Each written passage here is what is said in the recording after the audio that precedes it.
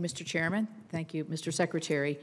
My first question is about your Disinformation Governance Board, which you have downgraded now to a working group. First of all, the name in and of itself has, I think, implications to all of us. I heard all about this all over the weekend of concern of sort of an Orwellian, policing of speech. You yourself have even admitted, and you just repeated it here today, that the rollout of this has been vastly, you say, misunderstood.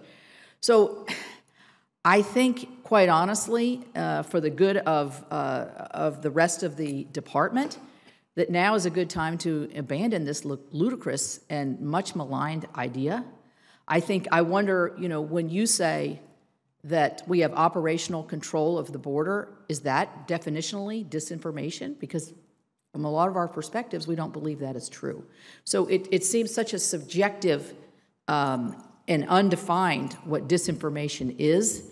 I would challenge you to punt this and rethink for the reasons that you mentioned, which are important reasons to try to deter violence following speech, to make sure that the American people really understand what's going on here. So if you want to make a quick comment, fine, and then I'll get to questions. I do. Thank you very much, Ranking Member Capito. I certainly haven't downgraded this to a working group.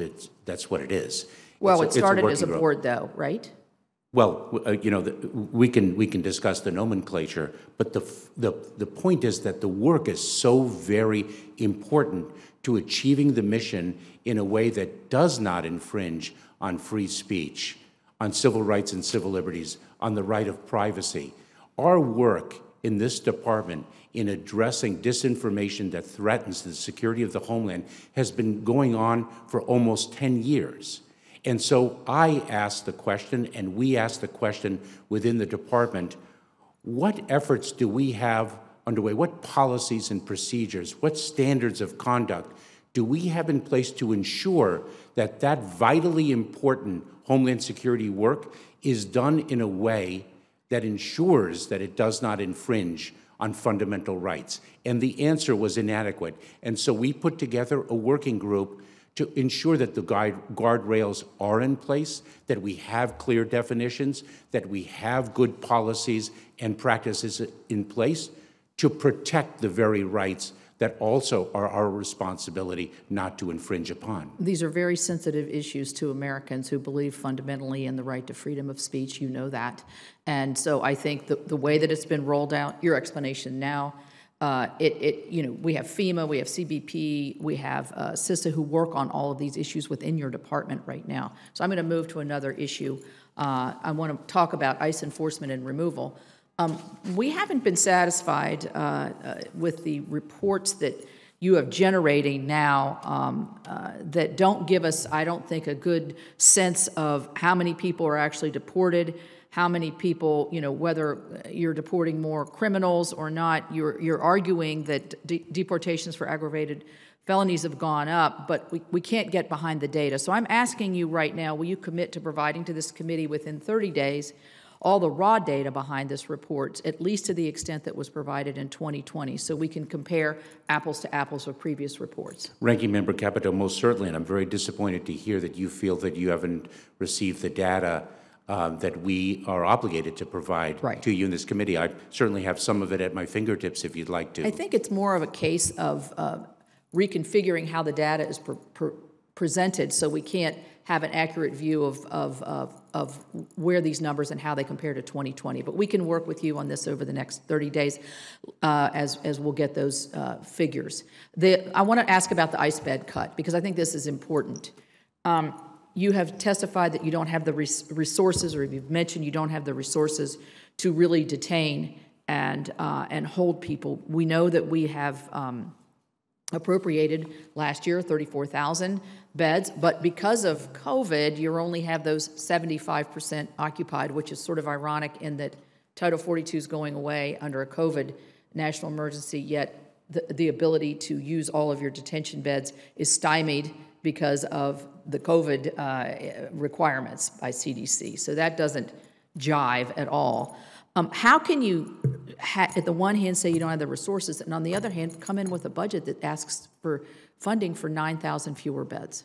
Ranking Member Capito, first of all, we are awaiting new CDC guidelines with respect to our use of detention space, number one. And number two, I have to take a step back. Because when we talk about, when we look at the challenge of the border, which has been an enduring challenge, certainly since the Department of Homeland Security was created, whether it's 24,000 beds, 25,000 beds, 31,000 beds, that's not going to address the challenge at the border. There's unanimity in the view that the immigration system is broken, and we need Congress to fix it. That's the fundamental, enduring response to the problem. In the meantime, what we are looking at, as I identified in our 6 lines of effort that define our preparation and plan, our months-long preparation and planning for the end of Title 42, the CDC's authority, gets to more fundamental solutions, working with countries to the south to ensure that they manage their respective borders, that they provide humanitarian relief and stability to people who qualify under their laws and repatriate individuals who don't. The challenge that we are encountering at the border is not ours alone. This is a regional problem. There are more than 1.8 million Venezuelans in Colombia. In the small country of Costa Rica, that population, the population of that small country is approximately 2% Nicaraguan right now and growing rapidly.